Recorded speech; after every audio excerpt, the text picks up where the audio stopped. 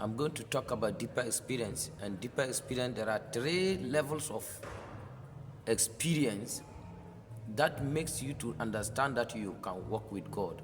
That makes you know that God works with you. But before this, what do you mean by deeper? Deeper. Deeper means to experience a greater joy when you walk in the presence of God. And number one issue about this I want you to understand is that deeper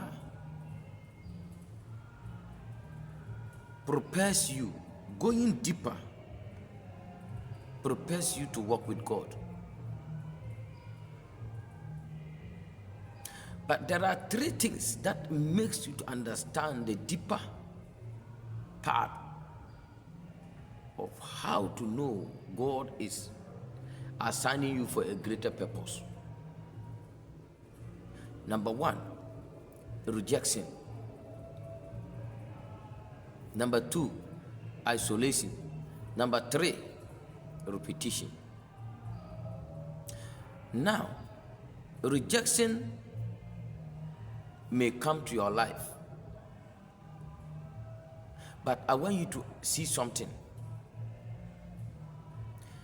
The Bible let us to understand in the book of Judges chapter 11 that Jephthah was born in the family of Gilead, and Jephthah was a prostitute son. So the father Gilead had sons, and when he had those sons, they grew up, and one day they told Jephthah to leave the house because he's a prostitute son. They rejected Jephthah, that you are not part of our father and you cannot inherit anything in our family. So Jephthah was forced to leave the house. He was being rejected by the family, and he moved to a certain place to go and live his life. So at his moment of going through the rejection, he feels sad. He lost hope that he had nothing. He lost his family. He knew very well that he is not part of that client. He has no generation. Jephthah was going through the valley of sorrow, the valley of the shadow of death. Jephthah became vulnerable because he knew very well that nothing good would work for him. Jephthah was patiently waiting, wandering in the city, looking for what God would do. But one day, when the family of Jephthah was encountering a danger, they were having a battle to fight. None of them were able to stand to fight the battle because they are not strong enough.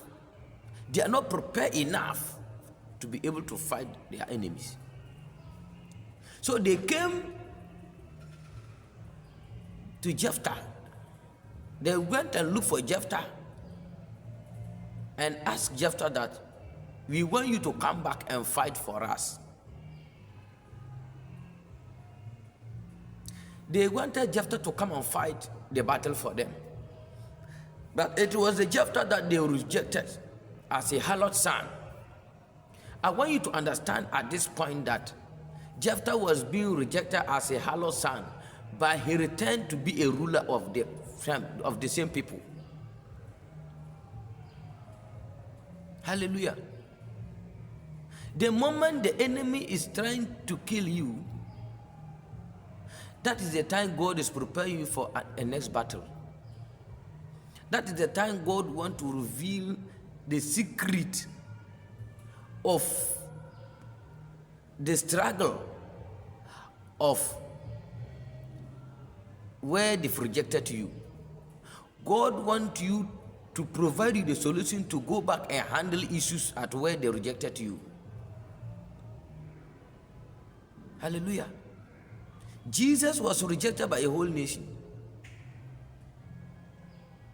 But today, Jesus is the King of Kings, both in heaven and on earth. There is no name that's been given under heaven or on earth that can save human being except the name Jesus Christ.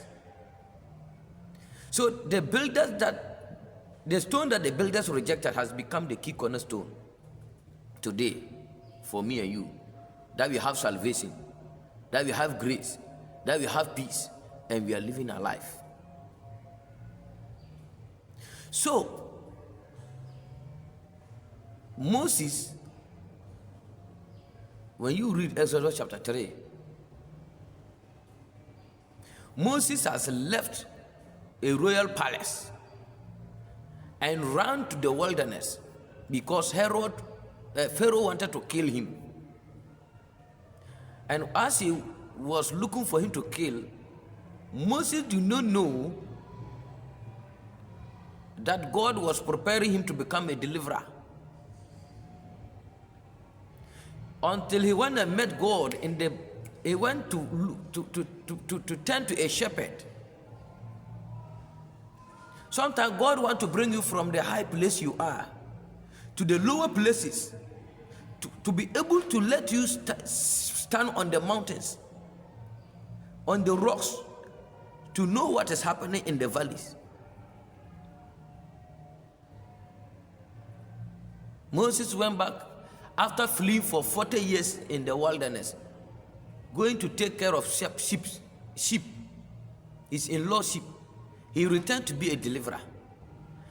Look at Joseph. Too, Joseph was being rejected by the family. He was being betrayed and sold to Egypt, being kept in a pit. But Joseph became a king to save the whole Egypt from famine. God is always preparing you. Joseph was in the prison, wondering, waiting for what plan God had for him. But at the end of everything, Joseph was the one that saved them. God was working behind the scene to save Joseph from the prison, to make sure he refined him to become a king. So the deeper you experience challenges, the deeper you go through isolation and rejections and repetition of things, the more experience, the greater wisdom, the knowledge God gives unto you. That is where God will begin to speak to you about the issue concerning your family, because you've never known what is happening in that family. God has led you alone out of your family to give you a solution to go back and solve it, to go back and be a deliverer, to go back and be a ruler.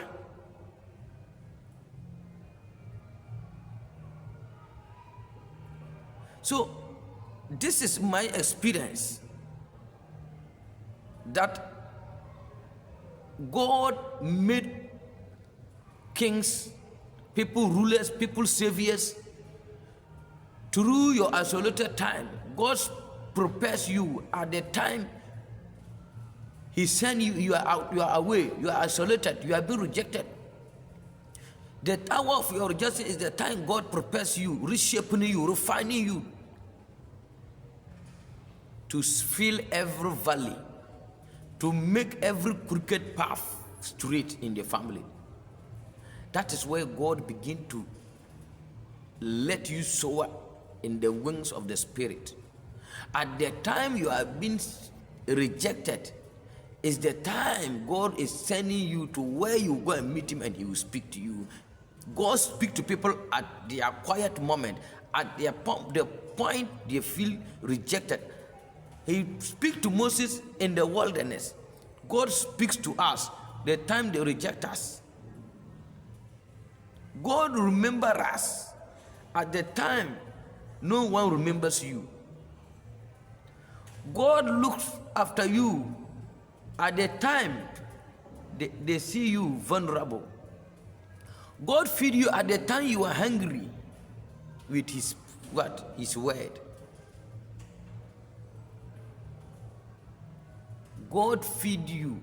He guide you and protect you at the time you are being rejected. God reshapes you and makes sure that you stand on the right foundation. You will be rooted on the right foundation to be able to fill in every gap, to be able to overcome every battle that fight your family over years.